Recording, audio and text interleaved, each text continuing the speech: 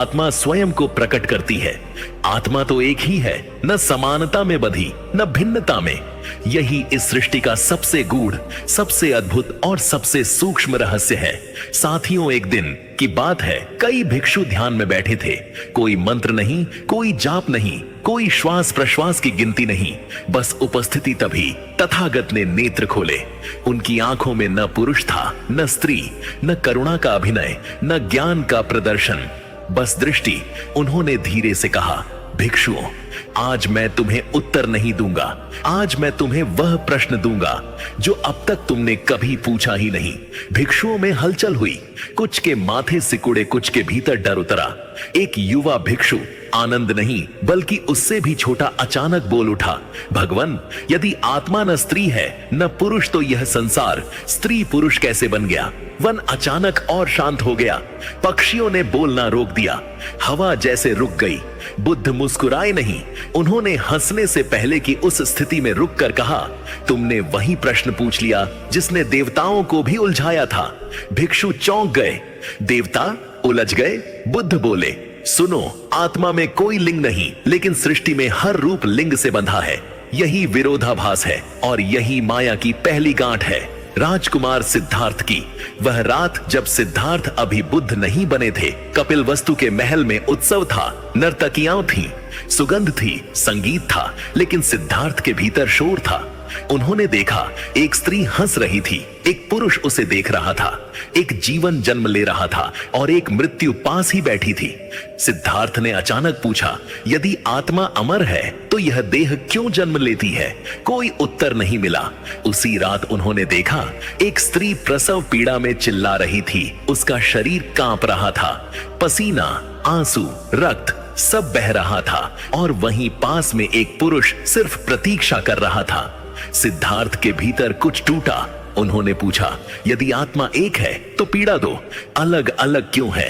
यही वह क्षण था जब सिद्धार्थ के भीतर पहला वैराग्य नहीं बल्कि असमाधान जन्मा। माया की पहली परत। बुद्ध भिक्षुओं से कहते हैं, माया का अर्थ झूठ नहीं है, माया का अर्थ है अधूरा सत्य। भिक्षु सुन रहे थे, लेकिन भीतर कुछ कांप रहा था। बुद्ध आगे बोले, परमात्मा ने जब सृष्टि की इच्छा की तो उसने स्वयं को दो नहीं किया, उसने इच्छा को प्रकट किया। और इच्छा हमेशा स्त्री तत्व होती है।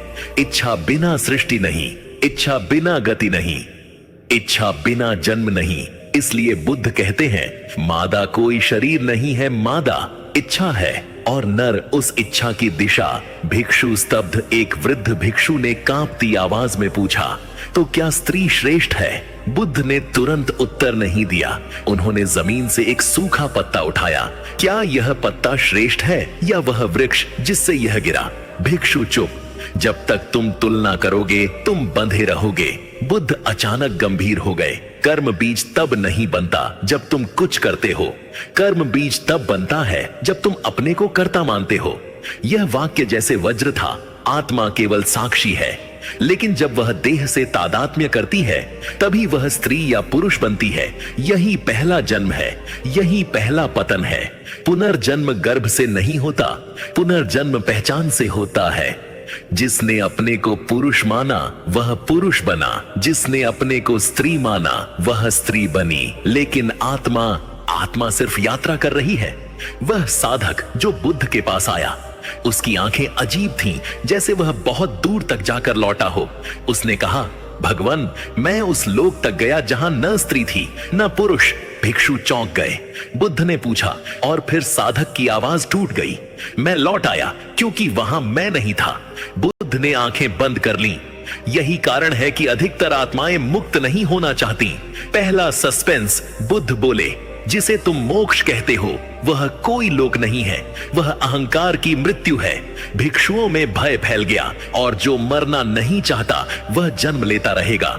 भिक्षु वृत्त में बैठे थे।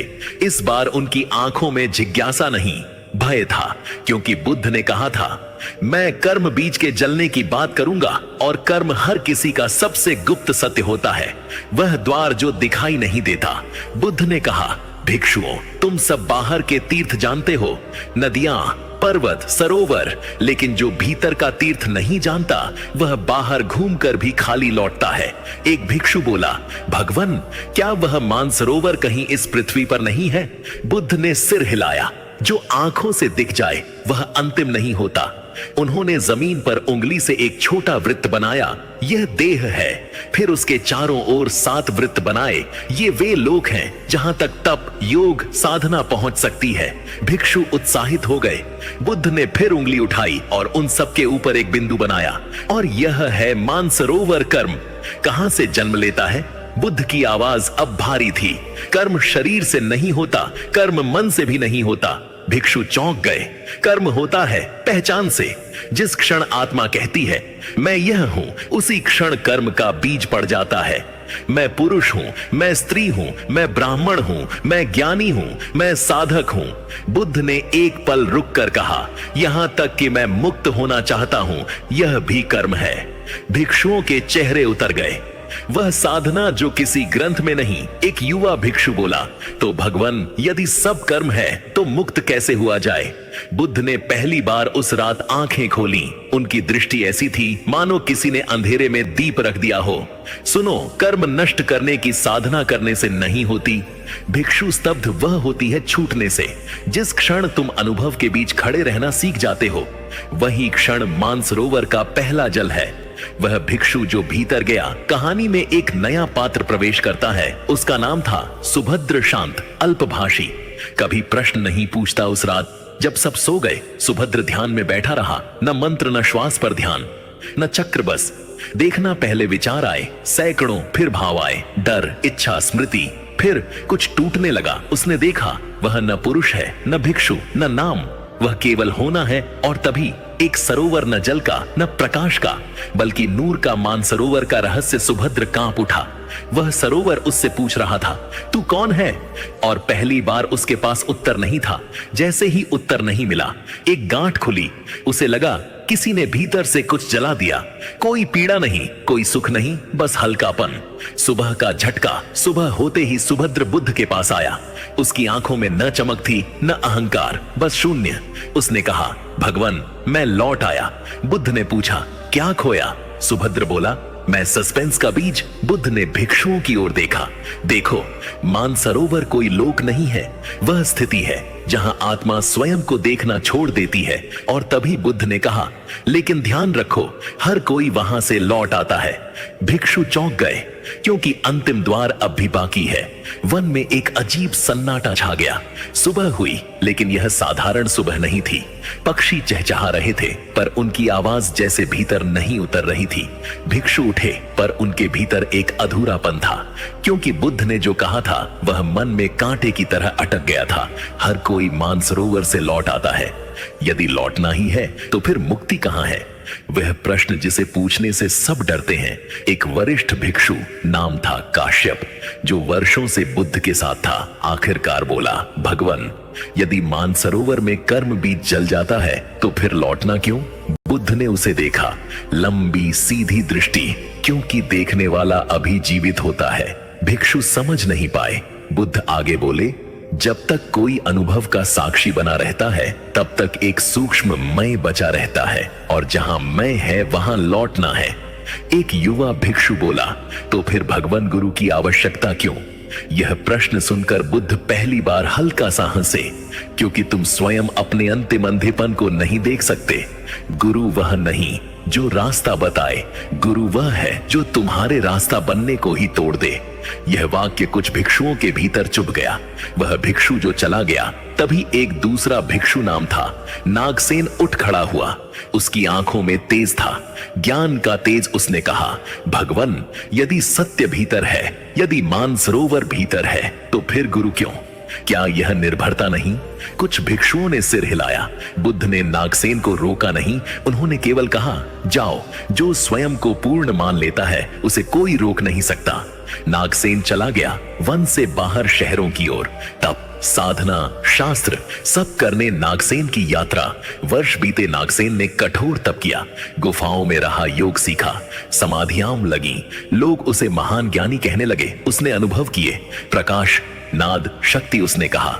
मैं जान गया और उसी क्षण एक सूक्ष्म गांठ और कस गई। बुद्ध का मौन इधर। बुद्ध कुछ नहीं कहते। भिक्षु पूछते, भगवान नागसेन का क्या हुआ? बुद्ध कहते, वह आगे बढ़ गया, लेकिन ऊपर नहीं घुमाओ में वह दिन जब नागसेन लौटा कई वर्षों बाद। पर वह वही नहीं था। उसकी आंखों में थकान थी और डर। उसने बुद्ध के चरणों में सिर रख दिया और फूट फूट कर रो पड़ा, भगवान मैं सब जान गया था पर मुक्त नहीं हुआ। बुद्ध ने उसके सिर पर हाथ नहीं रखा। उन्होंने पूछा, कौन जान रहा था? नागसेन कांप गया। उस क्षण उसे पहली बार समझ आया, ज्ञान भी एक पहचान है, सबसे बड़ा धोखा। बुद्ध बोले, ज्ञान आखिरी जाल है। अज्ञान में तुम भटकोगे, ज्ञान में तुम अटक जाओगे। भिक्षु सिहर उठे। अकट का संकेत। एक भिक्षु ने धीमे से पूछा, भगवान फिर वह क्या है जो शब्दों में नहीं आता? बुद्ध ने आंखें बंद की।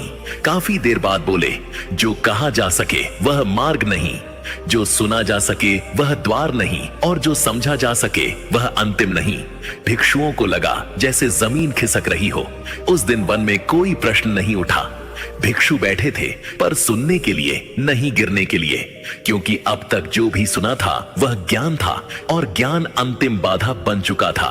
बुद्ध का अंतिम उपदेश नहीं, बुद्ध खड़े हुए। यह दुर्लभ था। वे प्रायः बैठकर ही बोलते थे। उन्होंने कहा, भिक्षुओं आज मैं कुछ नहीं सिखाऊंगा। कुछ भिक्षु घबरा गए, आज मैं सब कुछ वापस ले लूंगा।